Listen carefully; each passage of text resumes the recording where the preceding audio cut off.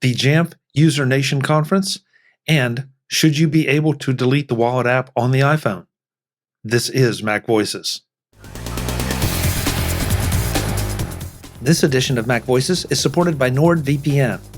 Get secure and private access to the internet with a special deal at nordvpn.com/MacVoices. Welcome to MacVoices. This is the talk of the Apple community, and I'm Chuck Joyner. Folks, this MacVoices Live panel touches on the JAMF User Nation conference and some of the announcements that were made there. And then we started an intense discussion over the fact that the Apple Wallet app can now be deleted from the iPhone in iOS 16, and whether this is a good idea or not. Let's go back and let the panel do the talking. Well, let's move on, guys. Let's move from the past to something a little, quite a bit more current. And David, that's where you come in, because I want to hear. I know it's only day one of the JAMF Nation User Conference, but what did you see? What was interesting or exciting in the first day? Well, a couple interesting things. They're really excited about how they've got 69,000 customers now. They've almost doubled their customer base since 2019, their last in-person visit. I know it doesn't seem like a lot of customers, but they've got over 29 million Macs, iPhones, iPads, and Apple TVs that they're managing, which is that's a pretty substantial amount. A couple of things that stood out. They did have Apple come up on stage and for IT and talking a lot about a lot of the security things that they're implementing for touchless deployments for Mac, as well as they did talk a lot about being touchless, so you bring your own device setups for iPhones. And they actually went through a demo, it was kind of a mock tech support, the intro to a new employee kind of demo, and they were showing how you can actually do app installs from the self-service of what JAMF offers for the mobile applications for businesses. But they really stress the fact now that you can keep your personal and your business separate, even though it's your personal device. You bring your own device. So if whatever you do on your on the side of your personal stuff, the business can't look at it, and it's completely private, and vice versa. So they were really stressing a lot of that. And then the fact of the matter that you can implement a focus mode for both work and for personal. So you set the work to be focused and turned off. It shuts it off, and in fact, it hides the applications. You can't even look at your work stuff with that. Another interesting thing they had was, a lot of people have office badges. The swipe cards to get into a building. They now have added support to Apple Wallet to allow you to be able to enter your office by just putting using your iPhone to actually scan and get into your building. So, which was kind of cool. But Apple's got does a lot of great work with JAMF, and so it was exciting to see. Talked about eSIM management. So now the question came up of can I have a business line? Can I have a personal phone line?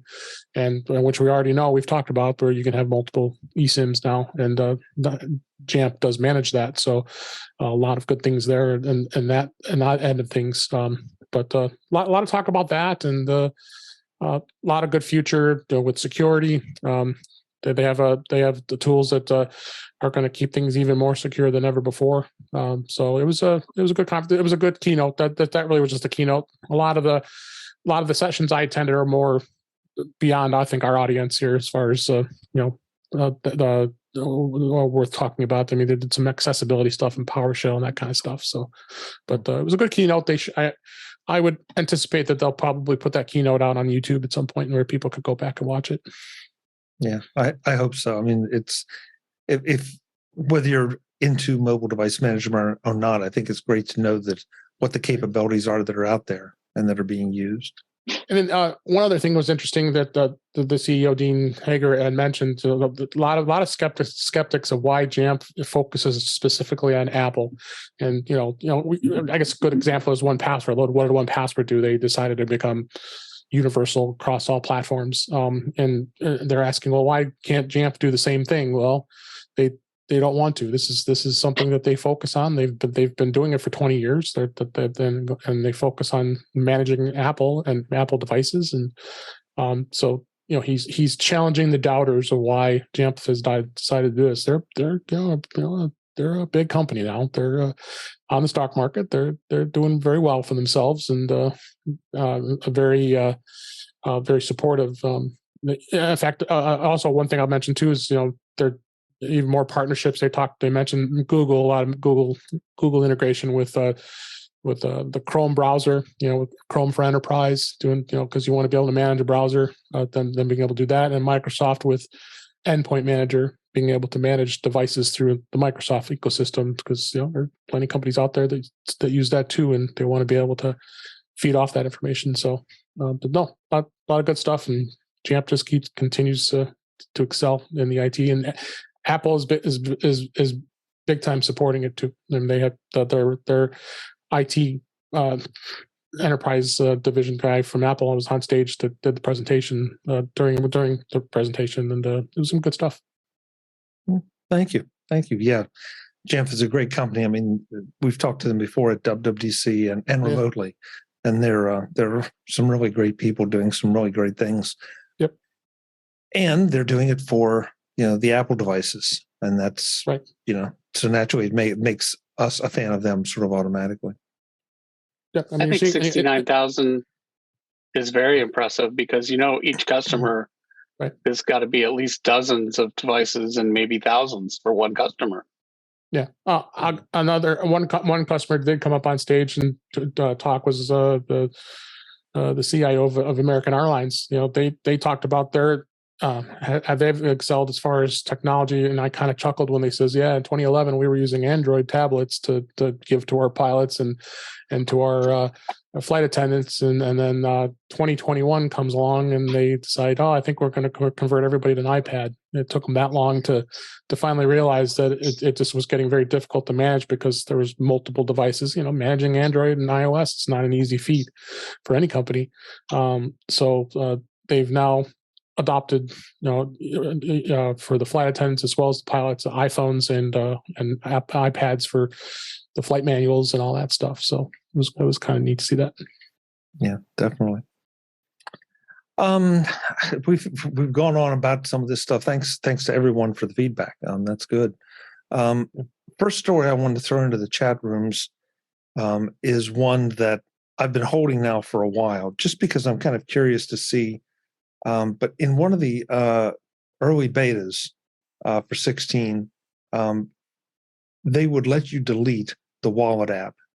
And so I think that has made its way into the release version. I've not tried to delete my wallet app, and I'm not about to. But, this is one more time that, Apple's got to do something, to make it so that, there are antitrust concerns, or that Apple might have a favored nation status of some kind. And I just find that argument completely bogus, and especially with this, because the wallet isn't just for Apple Pay. I can put other credit cards in there if I choose. I can put a number of other things in there if I choose. Mm-hmm. And so, why require Apple to allow a user to delete it? I mean, does this make sense to anybody? Please, Mark. Yeah, explain it to us. I can speculate. I think they're under a lot of pressure around the globe. One thing everyone points to is payments, and I don't think I'd be infuriating or insulting anyone by saying that in many places, a lot of political leaders, they really don't grasp the details. They might know sort of a catchphrase like Apple's a monopoly. They make you use their payment and their credit card. So the reaction to shallow thinking is, if you want, you can delete the entire app. We make a choice. It's up to our customers. Now, as you were alluding to, Chuck, yes, you give up a hell of a lot more if you choose not to use it. But I think this is probably just something in the political arena to try to get some of the criticism and political heat off their back. Can I just ask, why would it be a bad thing if Apple allowed you to delete any app that doesn't negatively affect the operating system? I don't think it's a bad thing. Yeah. I mean, why? I mean, if people don't want it, if it confuses some people, and like they don't want it, they should be able to delete it. We should be able to delete out every app. Absolutely, because I mean, it comes around to ultimately whose device is it? Now, yes, you can recognize that. Okay, yeah, Apple does all sorts of things in the interest of security. On a Mac, some of the stuff I know it infuriates a lot of power users that Apple's a nanny trying to prevent people from doing stuff with their computer. But setting the Mac aside, and just talking about iOS devices, principally the phone and then maybe the tablet. I agree. If you want to use Chrome instead of Safari, switch it out. If you want to use Microsoft Mail client instead of Apple Mail, switch it out. I don't think Apple needs to be heavy-handed and sort of monopolistic from the sense that it's their way or the hard way. And they're putting it on there. They're putting it on there for money, right? Because if people have it on there when their device comes, it could possibly give Apple money when they use Apple Pay. Sure, and there's nothing wrong. There's nothing wrong with that. And that's why they put. That's why they put Safari on there, probably, or. And that's why they put the weather on there with. And that's why Safari comes with Google as sort of the default browser. Sure. So it's one of the things that is a moneymaker for Apple, and But I want to argue with this. Okay, because in the first place, if I accidentally or someone using my phone either accidentally or maliciously deletes my wallet app, you get it right back. There's the last set of apps they allowed you to delete last year. Go right back in the App Store and get it right back.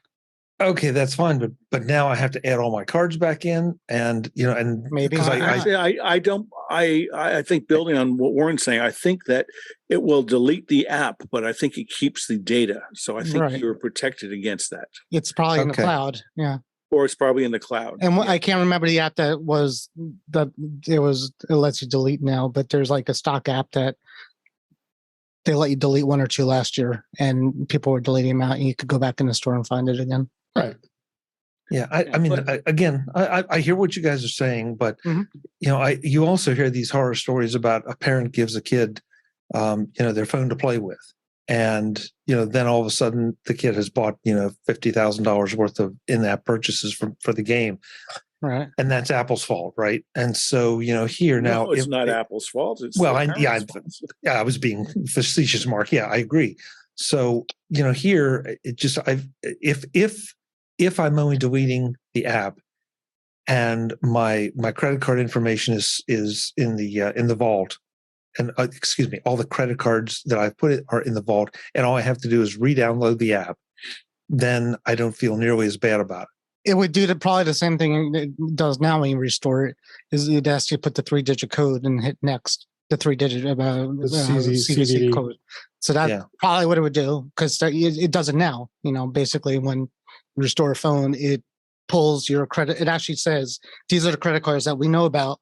Put in your CVC code, and we'll talk to your bank for a sec. Yeah. So what I would say is just going back and just raising this conversation, back to 20 or 30,000 feet. I don't think Apple can go ahead and install all their apps, and I think they have a lot to be pleased of in many of them. Some of them have problems, and there are better alternate solutions out there. But instead of trying to be a dictator and Putin and try to dominate, what people should do, let people have a choice. You don't like it, fine, delete it. Would you rather use Waze instead of Apple Maps? Okay, delete Apple Maps and install Waze. So I think the apps are really good, and I think also the benefit of that is they should be exposed to competition in the marketplace instead of hiding behind a monopoly that just leads them to get fat, dumb, and sloppy. This edition of Mac Voices is supported by NordVPN. Get secure and private access to the internet with NordVPN. Are you missing out on your favorite show because it's not available in your region? Trying to keep your private time private? Let me introduce you to NordVPN. If you're bored with US Netflix, why not take it for a spin in the UK? Using NordVPN and a click of a button, you can do just that. No need to travel to Japan for your favorite anime when NordVPN brings it right to you. With over 5,000 server options, no show is out of your reach. Using my link, nordvpn.com/MacVoices, you can receive a huge discount on a 2-year plan plus 4 months free. We all love to binge, but privacy is a big deal too. NordVPN keeps your information encrypted, so you never have to worry about your IP or location getting out. Don't forget, there is literally no risk to you with their 30-day money-back guarantee. Give it a try, and if you like it, great. If you don't, they'll issue a refund and you can pretend the entire situation never even happened.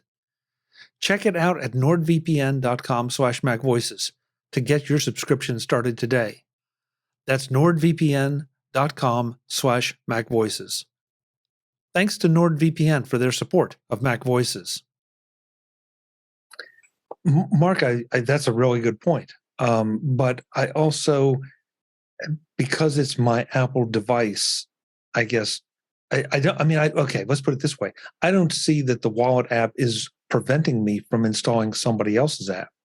Sure, right. So, that's I guess where my problem comes, is that Apple is being, and look, Apple may have made this decision as just the path of least resistance.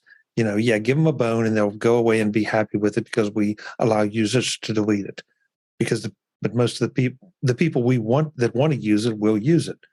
So it just doesn't feel good to me, this constant meddling with an app that doesn't prevent somebody else from using something. I mean, if anything, I feel like just about every browser out there is invasive, because every time I fire it up, some of these browser apps up, I get a pop-up, oh, you're not using this as a default browser. Do you want to switch?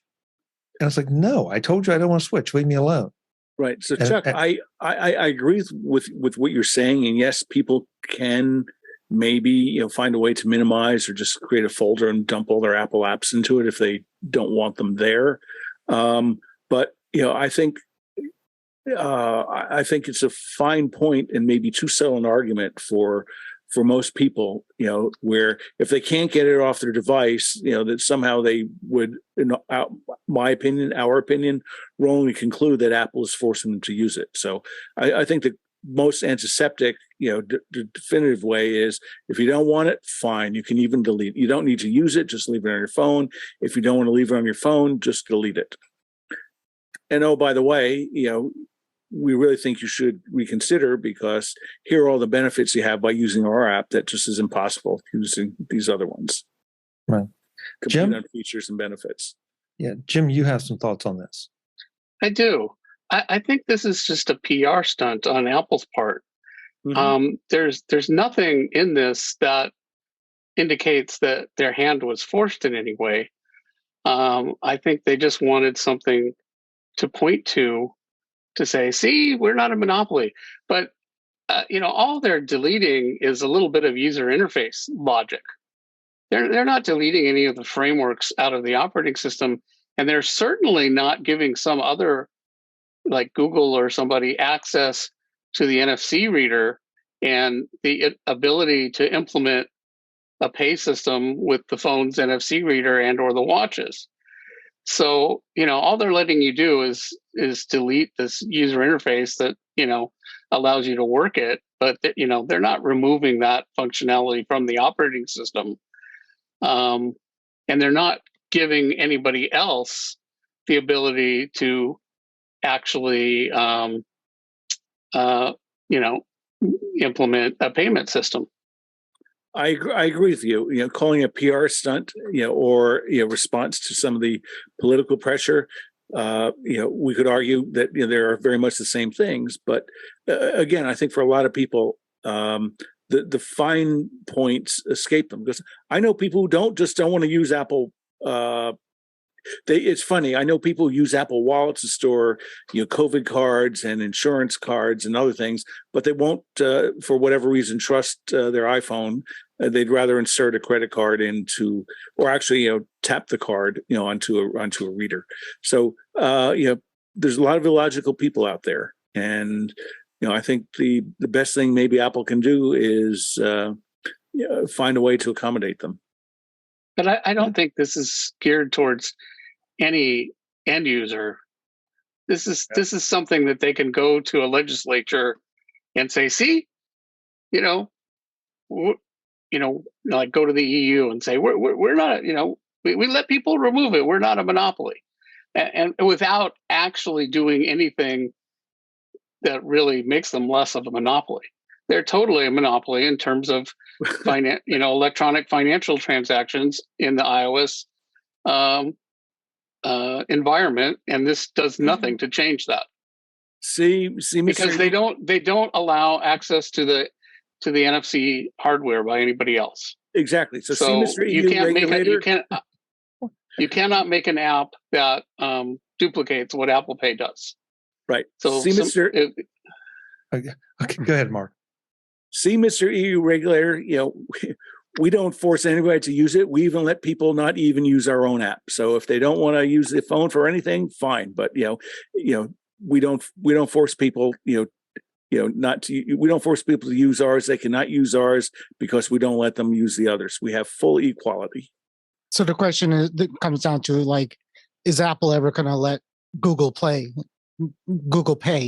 to work on an iPhone? I don't think so. Not unless they're forced to. I would hope. I don't think so either. But that's kind of similar to what all these antitrust things are about. We're basically giving them access to do. Basically, the question is, can other developers do things exactly how an Apple developer built-in app could do without using the Apple app? And I don't know. That's a complicated question, depending on all sorts of legal cases going on in the U.S. around the globe. So, bottom line, who knows? And anyone, right? Well, that's at the bottom of it. That's Google saying, basically, until an iPhone could accept all types of electric payment options out there, then it's a monopoly. But no other phone's doing it either. It's not like Google is allowing. It's not like Apple's ever going to allow that on a Google phone or vice versa. Well, so I think Apple would be the one that's not allowing it, right? So I'm sure if Google came to Apple and said, "Can we have Google Pay on your iPhone?" Apple will say no. And Apple's never ever going to go to Google and say, "Can we put Apple Pay on there?" Okay, but I think, what was it, back at the Code conference a couple of weeks ago? Some journalist asked Tim Cook a question about why don't you import and support and use all the Google interface for their attempt at a third party industry standard messaging system, because what I really want you to do that to support the fact that I can't share multimedia iMessage stuff with my mom. And he came back and he said, "Oh, I have a much lower cost solution for the entire world. Just buy her an iPhone." So, but Warren, there are Apple apps that are just better, and they shouldn't be forced. Right. But this is the basis of all of the lawsuits monopolistic against Apple, is basically all these companies saying, we want to be able to develop something for your device that does the same thing that your app could do. And that's the part. Okay, wait a minute. I think it's very possible. I mean, that's a lawsuit, and it's not, obviously it would have been settled 10 years ago if it was easy, and it's not. So, I mean, there's just a lot of things going on. Well, okay, so you guys have skipped over just a couple things, I think. First of all, Warren, you came close, but you didn't say it. And I want to say it, that, okay, Google Pay is not on the iPhone. Apple Pay is not on Android. So it cuts both ways. Well, he implied it. He didn't. I said both ways. No, but what I said, if Google approached Apple to put right, I wanted to have, Apple's always going to be the one saying this is not going to happen. Right. Okay. But the point is, the point is that I don't. That's not. Listen, that is the point. If Apple goes to Google and say, "Hey, we'd like to put Apple Pay on Android," do you really think that they're going to say, "Oh, sure"? Of course not. Of course not. Of course not. But so any more than Google's going to go to a judge and say, "See, that's what they just said. They said we can't do this. They have a monopoly. We can't put a product on their device." Right. But Apple can turn right around and say to Google, to that same judge, Google has a monopoly on their device because they won't let us put our payment system on their device. They might, they might have plenty of instances where they said, hey, here's an email we sent to them. Here's something we sent to them. We want Apple Pay on modern device. And I'm sure they asked. I bet. So here's an analogy. Do you know what I really want to be able to buy at the supermarket? I want to buy Pepsi in those beautiful Coca-Cola cans. That's like saying I want to use Apple Pay on Android or vice versa. I mean, at some point, fundamentally, the system and the companies, the products are completely different. And it's wacky talk to think about, oh, well, why can't we do this? Or why can't we do that? You know, screw it. I do not agree with that metaphor at all. Hold on, Warren. Jim, go ahead. I don't agree with your metaphor at all. Imagine if every device we bought had different electrical requirements, and you had to have multiple power companies so that you could plug in all the devices that you want. But we don't. So I mean, that's you pick a different example. Power and interfaces, except for maybe USB, are settled. It is. NFC is a standard. The hardware is the same. The hardware in Android is the same as the hardware in the phone. There's no technical reason why Apple Pay couldn't work on an Android phone and Google Pay couldn't work on an iPhone. There's only business reasons why that doesn't happen. Now, I'm not saying that Apple should be forced to do this, but I'm saying that it's not technical, and I think it's very realistic to think that the EU might decide to force this, for example. And I think that's what this thing about deleting the wallet app is about. So they can go to the EU and say, and it's proven, you've seen over and over time that these legislatures are idiots, and especially about technical issues. And it's quite possible that Apple might be able to trick them into thinking, hey, look, we let people delete the wallet app, so it's fair. Jim, I love you. You think a lot like I do. Yeah, that's Jim. That's a great point. Okay, so the one other thing that I think though is missing from the conversation, and I'm a bit out of my depth here, so somebody feel free to correct me. All right, but one of those is Google Pay. The other is Apple Pay. They're two very different companies with very different philosophies on privacy and security and private information.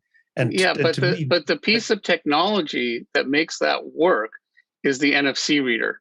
And that's the same. Sure, all the software behind that and the networks and everything is all different.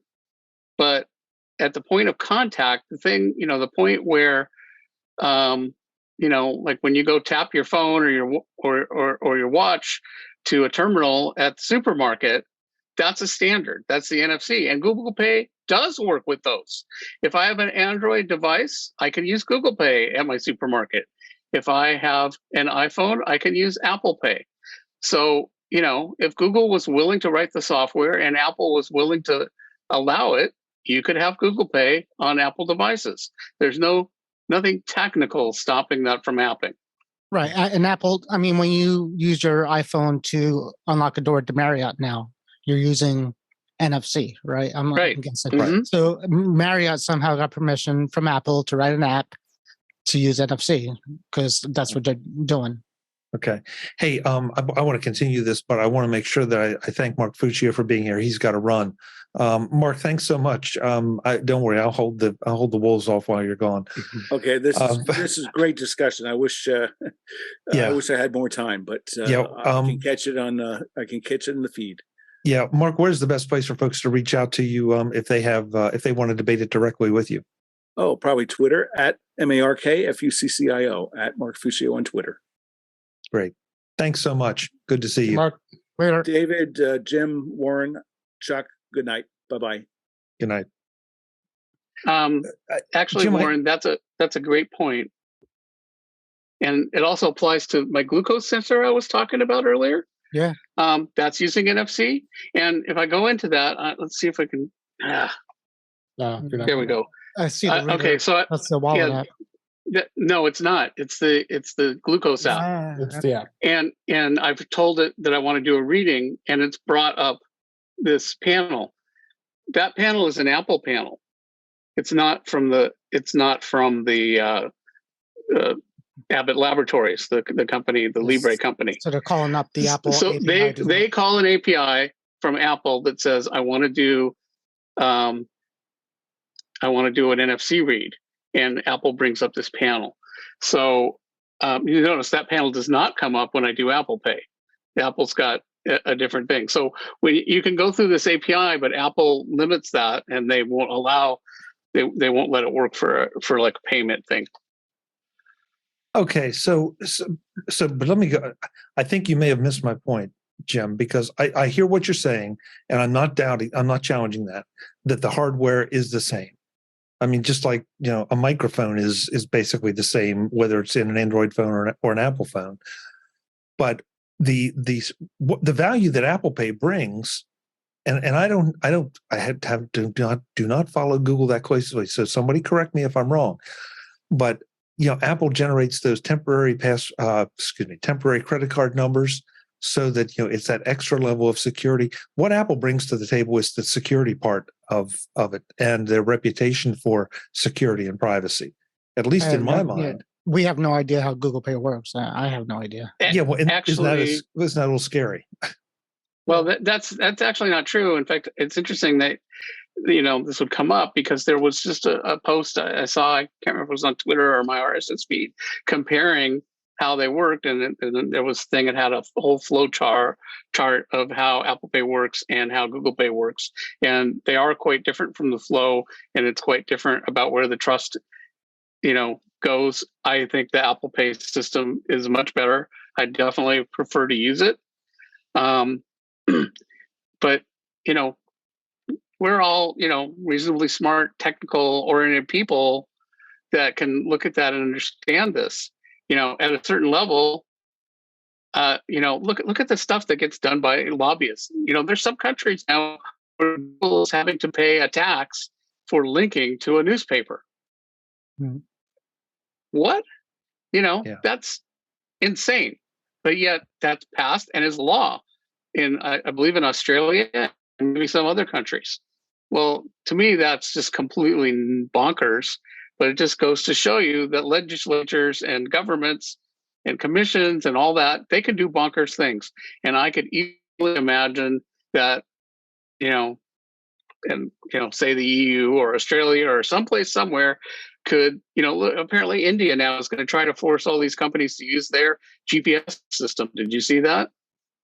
No, what's that? They've got their own GPS satellites, and they're trying to force Apple and Android makers to say, if you want to sell a phone in India, you've got to have this GPS system and not not that you have to remove the other ones, but and apparently that actually does take Apple saying, well, this takes extra hardware and it's going to raise the cost of the phone for everybody worldwide.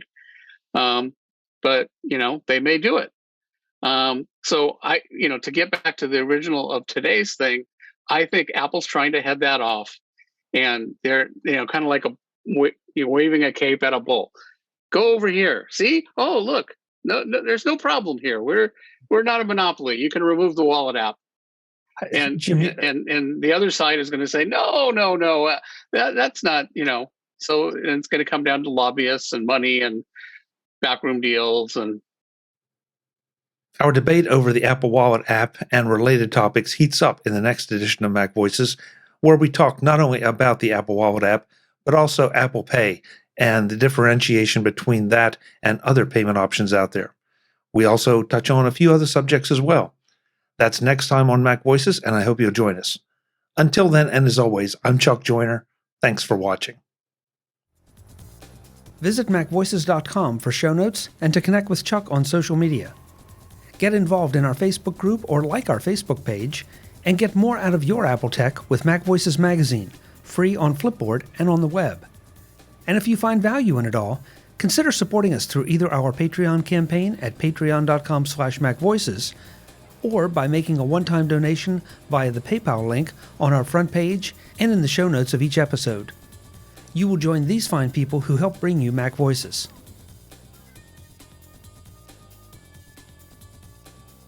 Advertising handled by Backbeat Media at backbeatmedia.com. Bandwidth provided by CacheFly at cachefly.com.